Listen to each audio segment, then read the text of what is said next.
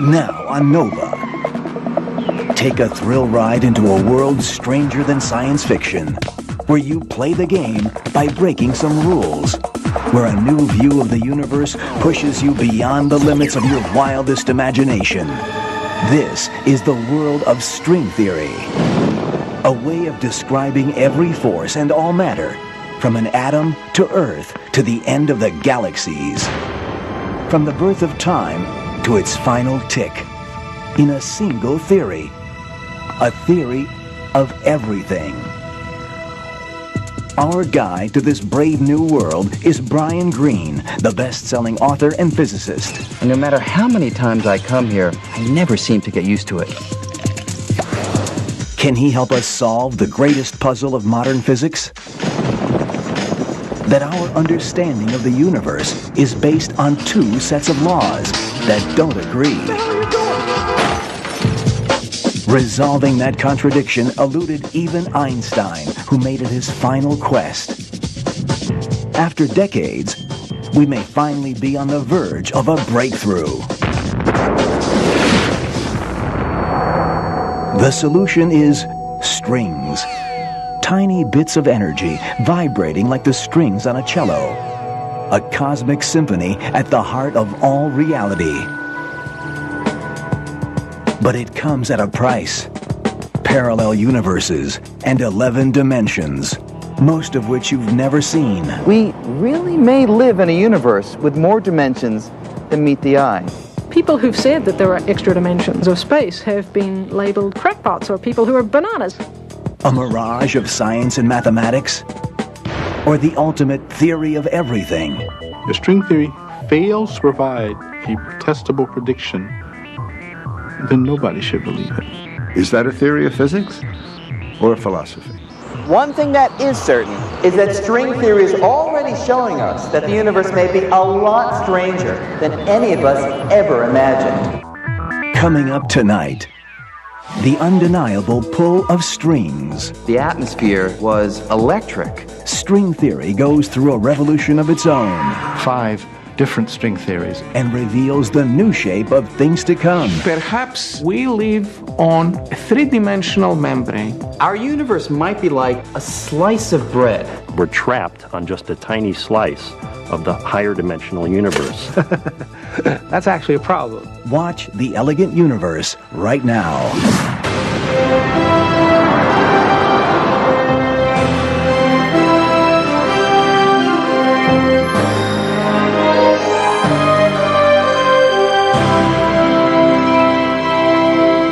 And by the George D. Smith Fund and the U.S. Department of Energy, fostering science and security. Major funding for NOVA is also provided by the Corporation for Public Broadcasting and viewers like you. Thank you.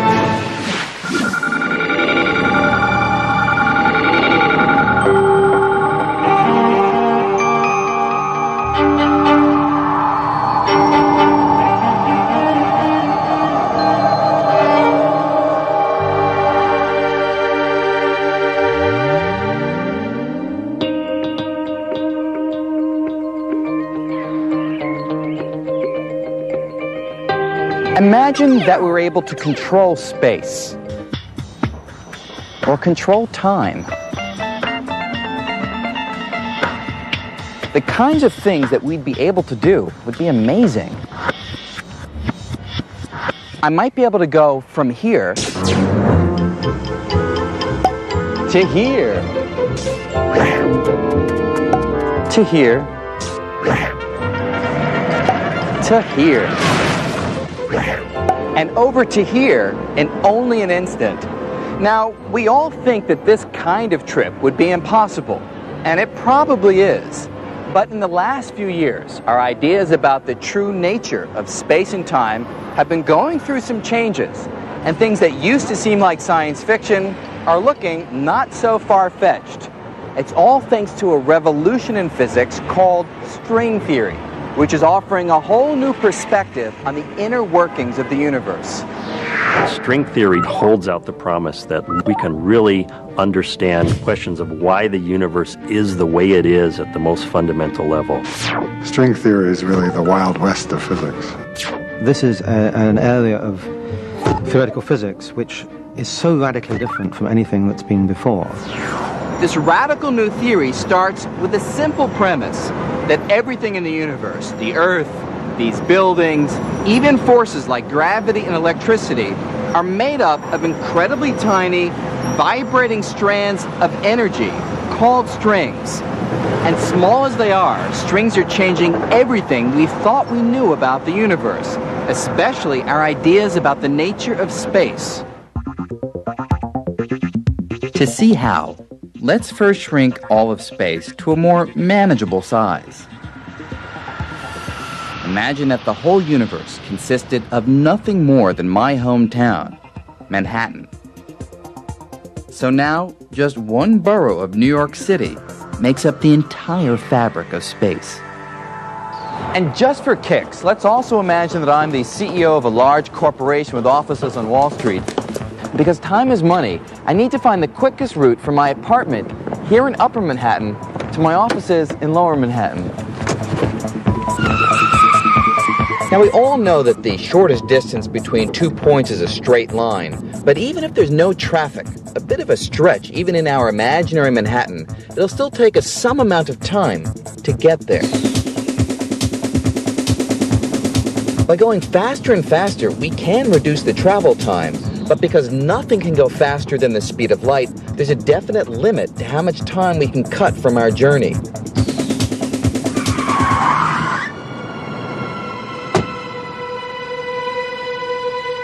This Manhattan universe fits with an old classical vision of space. Basically, a flat grid that's static and unchanging. But when Albert Einstein looked at the fabric of space, he saw something completely different. He said that space wasn't static. It could warp and stretch. And there could even be unusual structures of space, called wormholes. A wormhole is a bridge or a tunnel that can link distant regions of space. In effect, a cosmic shortcut.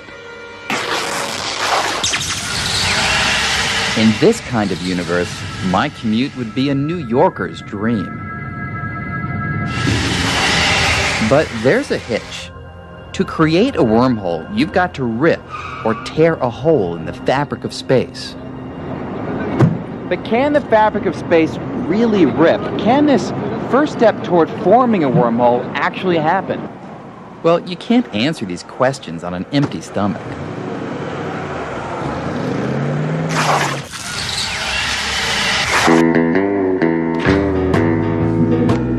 Turns out that by looking at my breakfast, coffee and a donut, we can get a pretty good sense of what string theory says about whether the fabric of space can tear. Imagine that space is shaped like this donut. You might think that it would be very different from a region of space shaped like this coffee cup. But there's a precise sense in which the shape of the donut and the coffee cup are actually the same, just a little disguised. You see, they both have one hole. In the donut, it's in the middle, and in the coffee cup, it's in the handle. That means we can change the donut into the shape of a coffee cup and back again without having to rip or tear the dough at all. Okay, but suppose you want to change the shape of this donut into a very different shape, a shape with no holes. The only way to do that is to tear the donut like this, and then reshape it.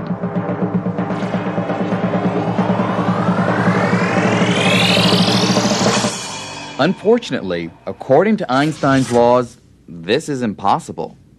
They say that space can stretch and warp, but it cannot rip. Wormholes might exist somewhere fully formed, but you could not rip space to create a new one over Manhattan or anywhere else. In other words, I can't take a wormhole to work. But now, string theory is giving us a whole new perspective on space, and it's showing us that Einstein wasn't always right. To see how, let's take a much closer look at the spatial fabric. If we could shrink down to about 1/millionth of a billionth of our normal size, we'd enter the world of quantum mechanics. The laws that control how atoms behave. It's the world of light and electricity and everything else that operates at the smallest of scales. Here, the fabric of space is random and chaotic. Rips and tears might be commonplace. But if they were, what would stop a rip in the fabric of space from creating a cosmic catastrophe? Well, this is where the power of strings comes in. Strings calm the chaos. And as a single string dances through space, it sweeps out a tube. The tube can act like a bubble that surrounds the tear, a protective shield with profound implications. Strings actually make it possible for space to rip. Which means that space is far more dynamic and changeable than even Albert Einstein thought. So, does that mean that wormholes are possible? Will I ever be able to take a stroll on Everest? Grab a baguette in Paris? And still make it back to New York in time for my morning meeting? It would be kind of cool, though it's still a very distant possibility. But one thing that is certain is that string theory is already showing us that the universe may be a lot stranger than any of us ever imagined. For example, string theory says we're surrounded by hidden dimensions, mysterious places beyond the familiar three-dimensional space we know. People who've said that there are extra dimensions of space have been labeled as, crackpots or people who are bananas. I mean, what do you think there are extra dimensions? Well, string theory really predicts it. What we think of as our universe could just be one small part of something much bigger. Perhaps we live on a membrane, a three-dimensional membrane that floats inside a higher dimensional space. There could be entire worlds right next to us, but completely invisible. These other worlds would, in a very literal sense, be parallel universes. This isn't a particularly exotic or strange notion. No wonder physics students are lining up to explore the strange world of string theory. String theory is very active. Things are happening. There are a lot of people doing it. Most of the young kids, given the choice, at a ratio of something like 10 to 1, they will go into string theory. But strings weren't always this popular.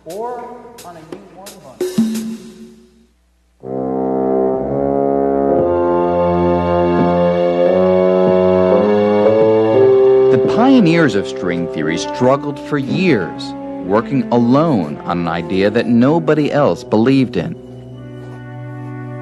Here's the gist of it. For decades, physicists believed that the tiniest bits inside an atom were point particles. Flying around the outside were the electrons, and inside were protons and neutrons, which were made up of quarks.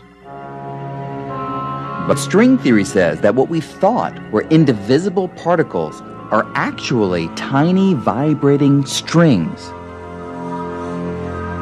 It's nothing really mystical. It's a really tiny string. It either closes into its little circle or it has endpoints, but it's just a little string.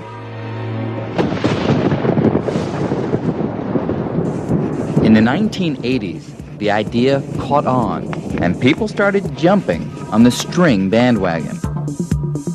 Well, the fact that suddenly all these other people were working in the field had its advantages and its disadvantages. It was wonderful to see how rapidly the subject could develop now because so many people were working on it. One of the great attractions of strings is their versatility.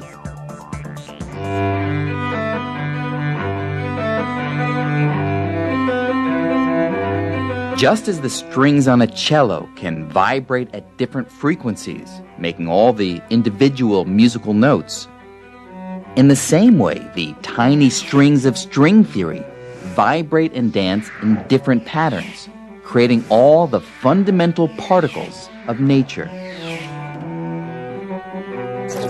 If this view is right, then put them all together and we get the grand and beautiful symphony that is our universe. What's really exciting about this is that it offers an amazing possibility. If we could only master the rhythms of strings, then we'd stand a good chance of explaining all the matter and all the forces of nature, from the tiniest subatomic particles to the galaxies of outer space.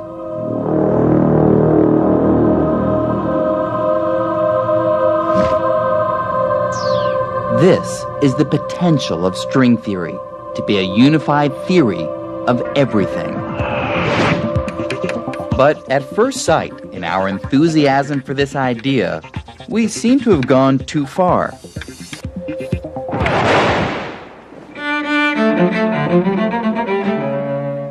Because we didn't produce just one string theory, or even two. We somehow managed to come up with 5. 5 different string theories, each competing for the title of the theory of everything. And if there's going to be the fundamental theory of nature, there ought to be one of them. I suppose a number of string theorists thought, oh, that's fantastic, that's wonderful, and maybe one of these will end up being the right theory of the world. And yet there must have been a little nagging voice at the back of their head that said, well, why are there 5? With 5 competing players, the stage of string theory was looking a little crowded. The 5 theories had many things in common. For example, they all involved vibrating strings, but their mathematical details appeared to be quite different. Frankly, it was embarrassing. How could this unified theory of everything come in 5 different flavors? This was a case where more was definitely less. But then, something remarkable happened.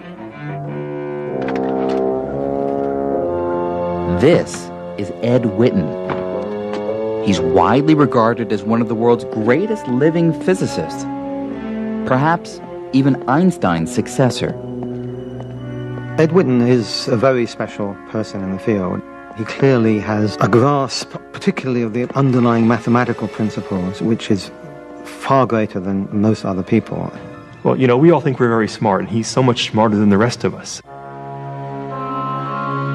In 1995, string theorists from all over the world gathered at the University of Southern California for their annual conference. Ed Witten showed up at Strings 95 and rocked their world. I was really trying to think of something that would be significant for the occasion. And actually, since 5 string theories was too many, I thought I would try to get rid of some of them.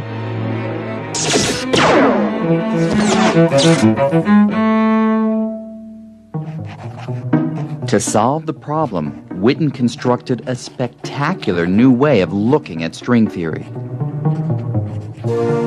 Ed announced that he had thought about it, and moreover, he had solved it. He was going to tell us the solution to every string theory in every dimension, which was an enormous claim. But coming from Ed, it was not so surprising. The atmosphere was electric because all of a sudden, string theory, which had been going through kind of doldrums, was given an incredible boost, a shot in the arm. Ed Witten gave his famous lecture, and he said a couple of words that got me interested. And for the rest of the lecture, I got hooked up on the first few words that he said and completely missed the point of his lecture. I remember I had to give the talk after him, and I was kind of embarrassed too. Ed Witten just blew everybody away. Ed Witten blew everybody away because he provided a completely new perspective on string theory.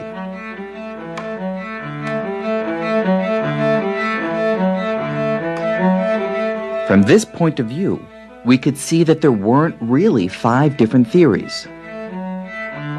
Like reflections in a wall of mirrors, what we thought were 5 theories turned out to be just 5 different ways of looking at the same thing.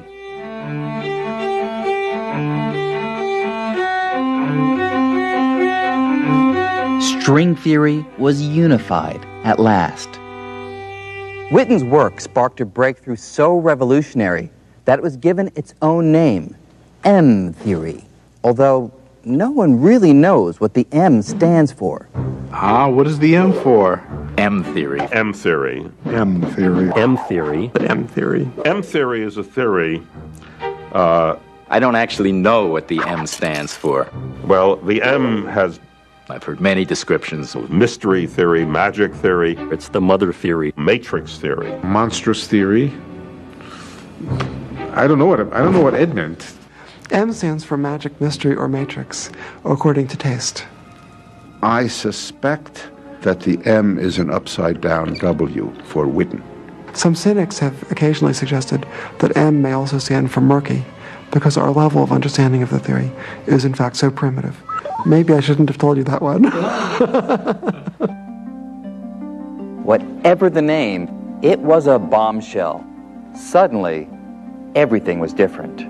There was a lot of panic, if you like, realizing that big things were happening and all of us not wanting to get left behind in this new revolution of string theory. After Witten's talk, there was renewed hope that this one theory could be the theory to explain everything in the universe. But there was also a price to pay. Before M theory, strings seemed to operate in a world with 10 dimensions. These included 1 dimension of time, the 3 familiar space dimensions, as well as 6 extra dimensions, curled up so tiny that they're completely invisible. Well, we think these extra dimensions exist because they come out of the equations of string theory. Strings need to move in more than 3 dimensions. And that was a shock to everybody, but then we learned to live with it. But M theory would go even further, demanding yet another spatial dimension, bringing the grand total to 11 dimensions. We know that there would have to be 11 dimensions for this theory to make sense. So there must be 11 dimensions. We only see 3 plus 1 of them. How is that possible? For most of us, it's virtually impossible to picture the extra higher dimensions. I can't. And it's not surprising. Our brains evolved sensing just the 3 spatial dimensions of everyday experience. So, how can we get a feel for them? One way is to go to the movies.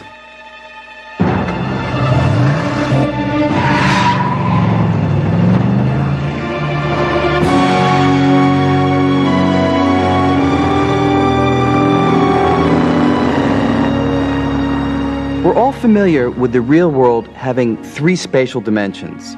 That is, anywhere I go, I can move left, right, back, forth, or up, down. But in the movies, things are a bit different. Even though the characters on a movie screen look 3-dimensional, they actually are stuck in just 2 dimensions. There is no back, forth on a movie screen. That's just an optical illusion. To really move in the back, forth dimension, I'd have to step out of the screen. And sometimes moving into a higher dimension can be a useful thing to do.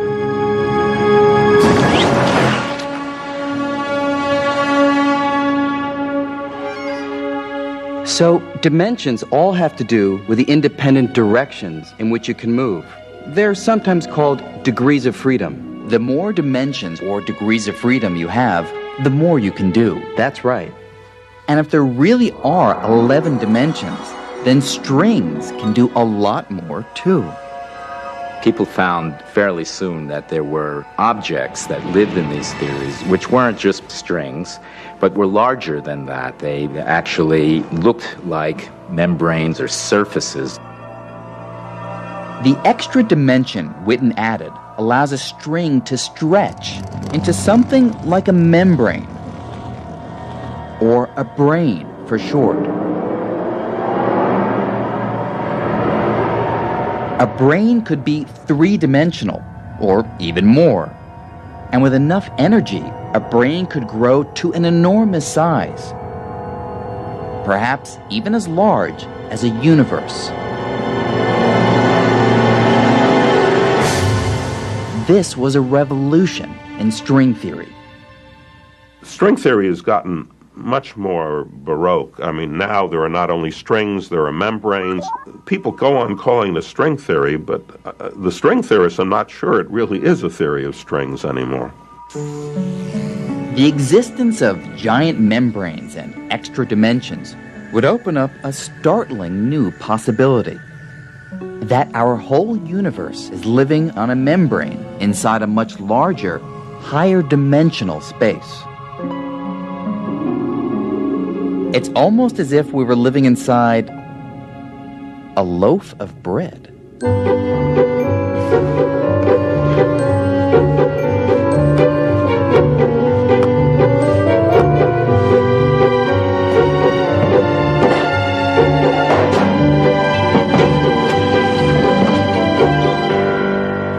Our universe might be like a slice of bread, just one slice in a much larger loaf that physicists sometimes call the bulk. And if these ideas are right, the bulk may have other slices, other universes that are right next to ours, in effect, parallel universes.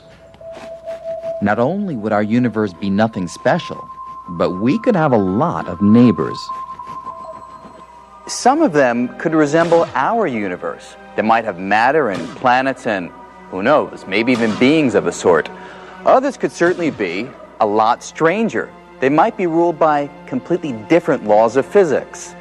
Now, all of these other universes would exist within the extra dimensions of M-theory, dimensions that are all around us. Some even say they might be right next to us, less than a millimeter away.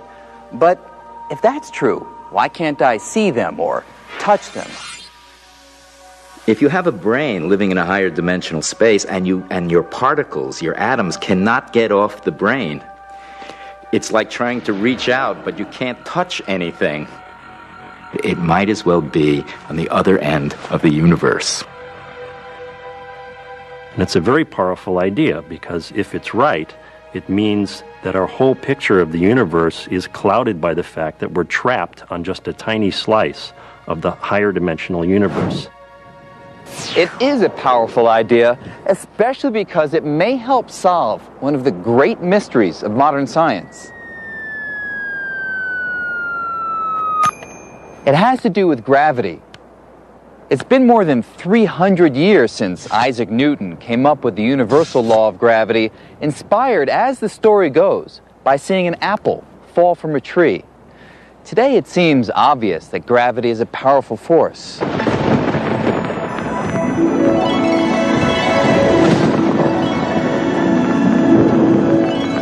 It would seem to most people that gravity is a very important force. It's very strong. It's very hard to get up in the morning, stand up. And when things fall, they break because gravity is strong.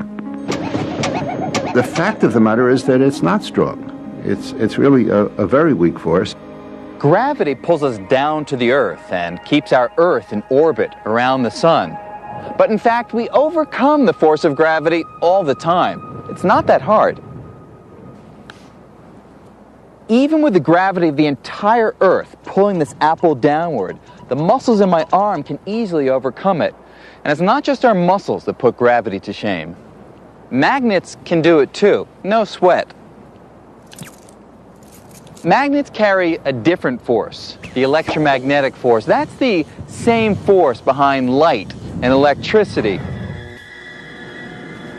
It turns out that electromagnetism is much, much stronger than gravity. Gravity, in comparison, is amazingly weak. How weak? The electromagnetic force is some 1,000 billion, billion, billion, billion times stronger. That's a 1 with 39 zeros following it. The weakness of gravity has confounded scientists for decades. But now, with the radical world of string theory, filled with membranes and extra dimensions, there's a whole new way to look at the problem. One way of approaching the question of why gravity is so weak compared to all the other forces is to turn the question completely on its head and say, no, actually, gravity isn't very weak compared to all the other forces. It just appears to be weak.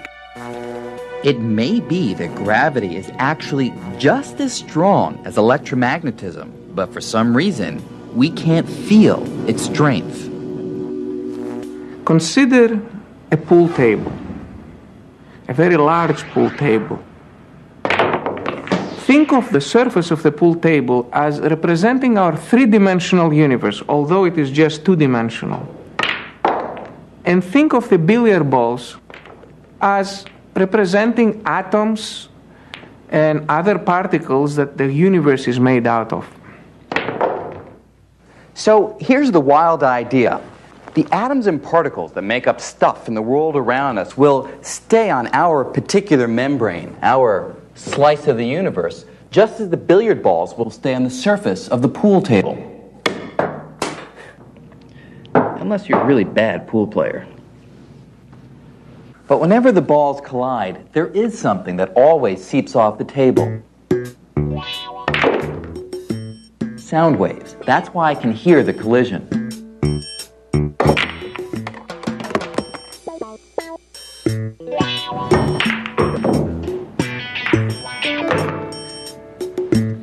Now, the idea is that gravity might be like the sound waves. It might not be confined to our membrane. It might be able to seep off our part of the universe.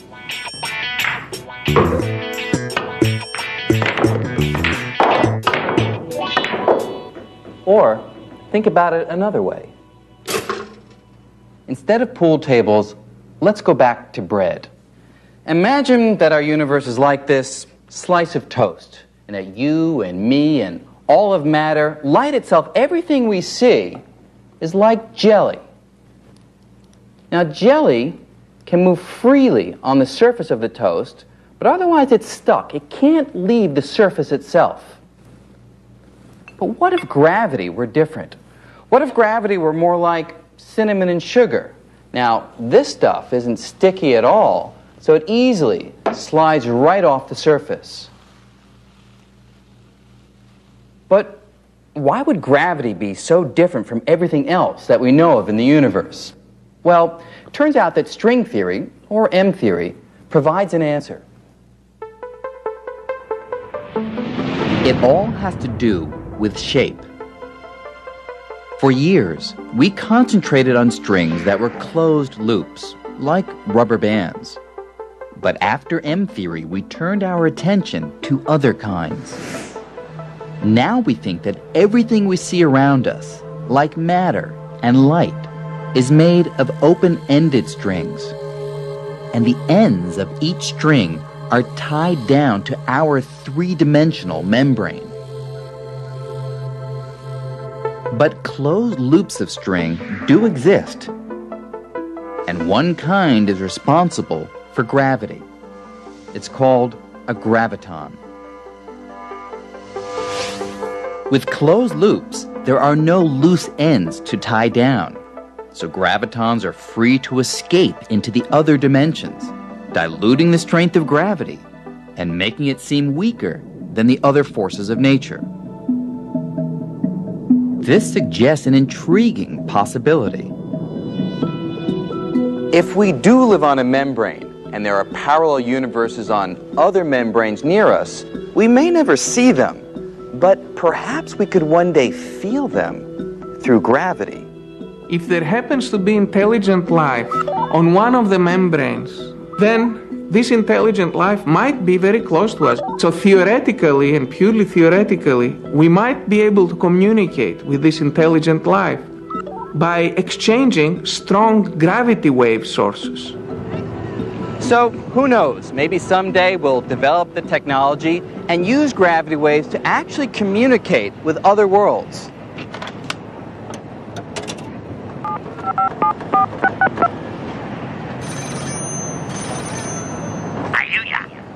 Yeah, hey, it's Brian. How you doing? Brian.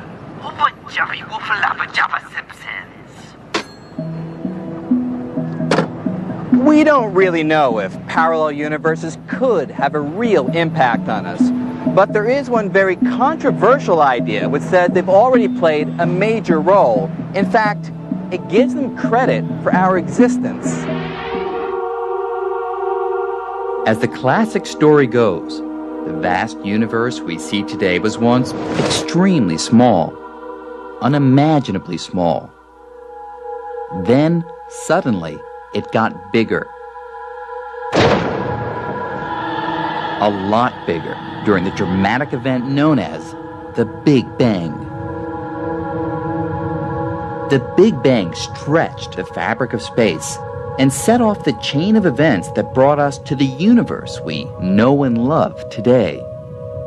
But there's always been a couple of problems with the Big Bang theory. First, when you squeeze the entire universe into an infinitesimally small but stupendously dense package, at a certain point, our laws of physics simply break down. They just don't make sense anymore. The formulas we use start giving answers that are nonsensical. We find total disaster.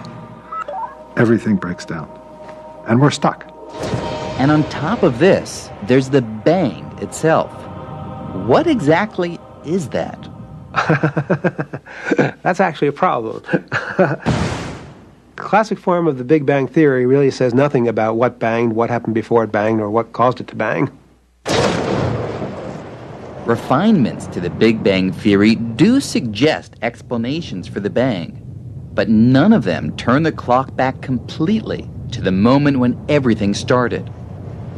Most people come at this with the naive notion that there was a beginning, that somehow space and time emerged from nothingness into somethingness. Well, I don't know about you, but I don't like nothing. Do I really believe that the universe was a big bang out of nothing? And I'm not a philosopher, so I won't say, but I can imagine to a philosopher that is a problem. But to a physicist, I think it's also a problem. Everyone admits there are problems. The question is, can string theory solve them? Some string theorists have suggested that the Big Bang wasn't the beginning at all, that the universe could have existed long before, even forever. Not everyone is comfortable with the idea. I actually find it rather unattractive to think about a universe without a beginning. It seems to me that a universe without a beginning is also a universe without an explanation. So what is the explanation? What if string theory is right, and we're all living on a giant membrane inside a higher dimensional space? One of the ideas in string theory that was particularly striking to me and suggested perhaps a new direction for cosmology is the idea of brains and the idea of brains moving in extra dimensions. Some scientists have proposed that the answer to the Big Bang riddle lies in the movements of these giant brains. It's so simple. Here's a brain on which we live, and here's another brain floating in the higher dimension. There's absolutely nothing difficult about imagining that these collide with each other. According to this idea, sometime before the Big Bang, two brains carrying parallel universes began drifting toward each other. Until all of that energy has to go somewhere. Where does it go? It goes into the Big Bang. It creates the expansion that we see, and it heats up all the particles in the universe in this big fiery mass. As if this weren't weird enough, the proponents of this idea make another radical claim. The Big Bang was not a special event. They say that parallel universes could have collided not just once in the past, but again and again. And that it will happen in the future. If this view is right, there's a brain out there right now headed on a collision course with our universe. So another collision is coming, and there'll be another Big Bang, and this will just repeat itself for an indefinite period into the future. It's an intriguing idea. Unfortunately, there are a few technical problems. Well, that was a very ingenious scenario that arose naturally within string theory. However, the good old problems creep back in again. The fact is, we don't really know what happens when two brains collide. You can wind up with the same situation we had with the Big Bang. The equations don't make sense.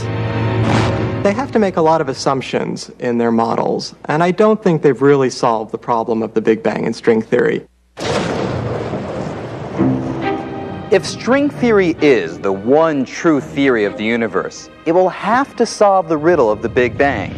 And there's a lot of hope that someday string theory will succeed. But for now, there's also a lot of uncertainty. As promising and exciting as the theory is, we don't entirely understand it.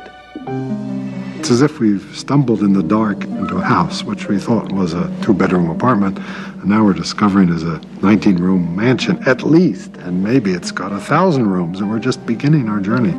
So, how sure are we that the universe is the way that string theory describes it? Is the world really made up of strings and membranes, parallel universes, and extra dimensions? Is this all science or science fiction? Well, the question we often ask ourselves as we work through our equations is this just fancy mathematics, or is it describing the real world? These exercises in our imagination and mathematics are all, at the end of the day, subjected to a single question. Is it there in the laboratory? Can you find its evidence? String theory and string theorists do have a real problem. How do you actually test string theory? If you can't test it in the way that we test normal theories, it's not science, it's philosophy. And that's a real problem.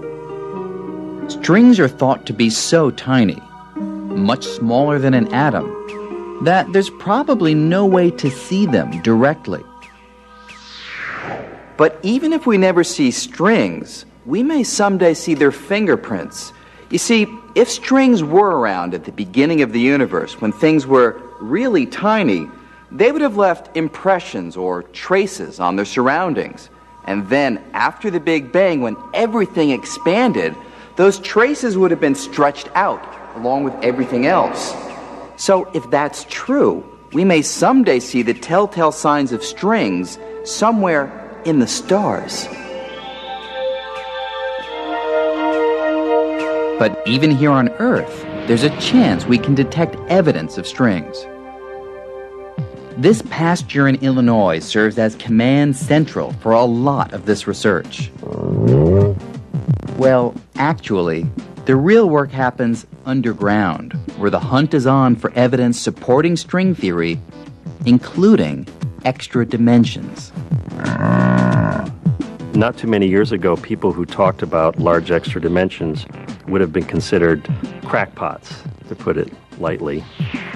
But all that has changed, thanks to string theory.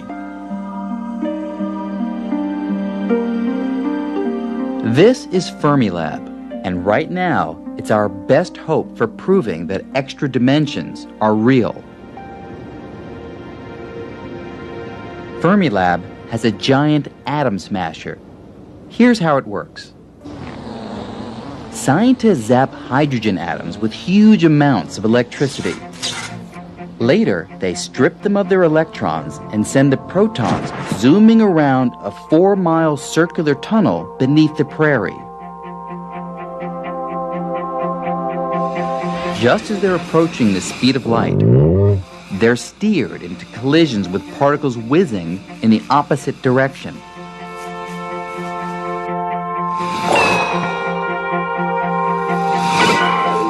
Most collisions are just glancing blows, but occasionally there's a direct hit. The result is a shower of unusual subatomic particles. The hope is that among these particles will be a tiny unit of gravity, the graviton. Gravitons, according to string theory, are closed loops, so they can float off into the extra dimensions. The grand prize would be a snapshot of a graviton at the moment of escape.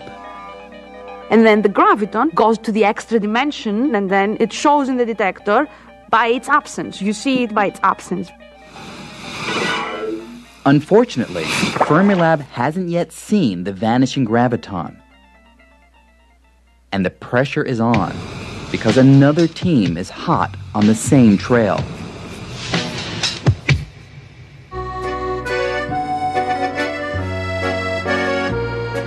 "4,000 miles away, on the border of France and Switzerland, a lab called CERN is constructing an enormous new atom smasher.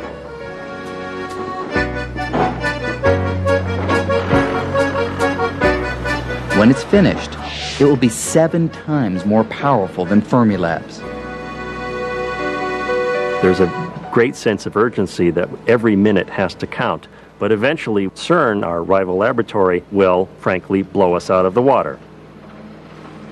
CERN will blow Fermilab out of the water not only in the search for extra dimensions, but other wild ideas. At the top of the to-do list for both labs is the hunt for something called supersymmetry. That's a central prediction of string theory, and it says in a nutshell that for every subatomic particle we're familiar with, like electrons, photons, and gravitons, there should also be a much heavier partner called a sparticle, which so far no one has ever seen. Now, because string theory says sparticles should exist, finding them is a major priority. So it's a big discovery to find supersymmetry. That's a humongous discovery, and I think it's a bigger discovery to find supersymmetry than to find life on Mars. If we were to hear tomorrow that supersymmetry was discovered, there would be parties all over the planet. The problem is, if they exist, the sparticles of supersymmetry are probably incredibly heavy. So heavy that they may not be detected with today's atom smashers. The new facility at CERN will have the best chance once it's up and running in several years. But that won't stop the folks at Fermilab from trying to find them first.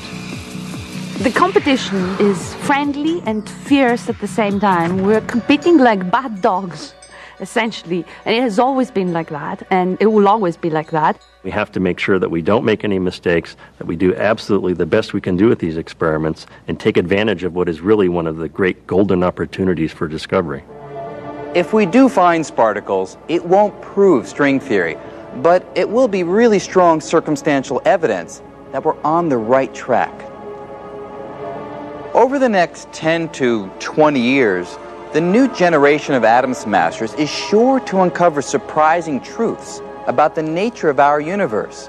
But will it be the universe predicted by string theory?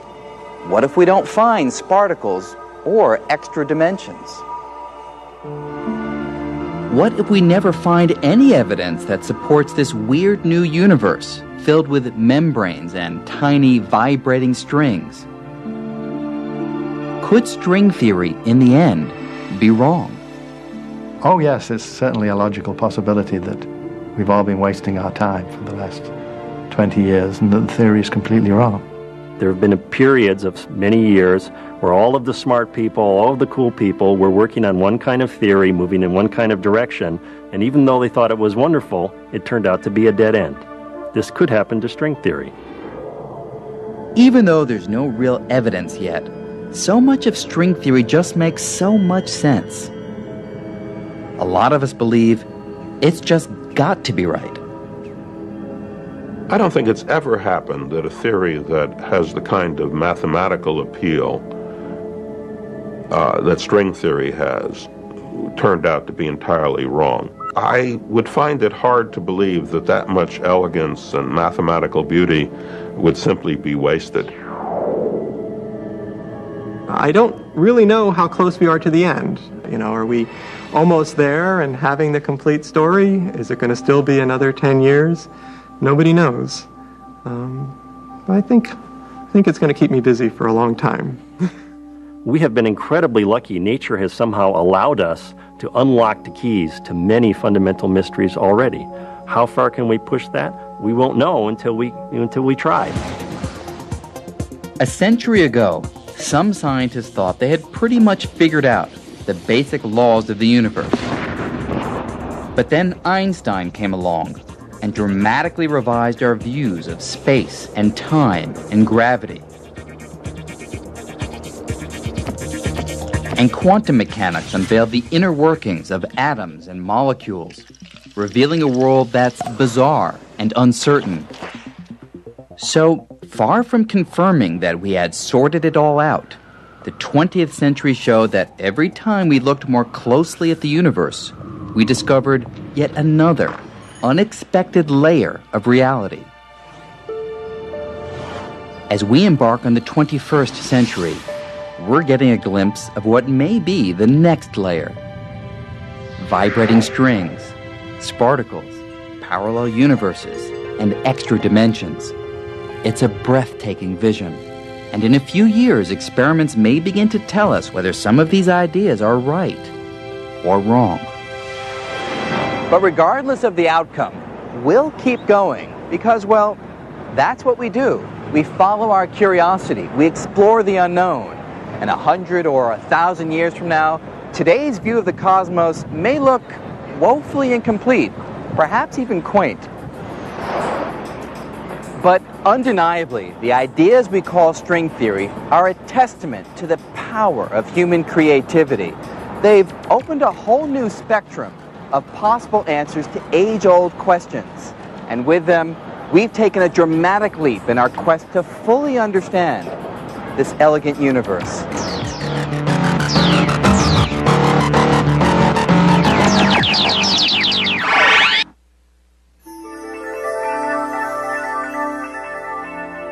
On NOVA's website, go behind the scenes with Brian Greene. Journey into the subatomic world. Play with strings. Picture other dimensions and much more. Find it on pbs.org.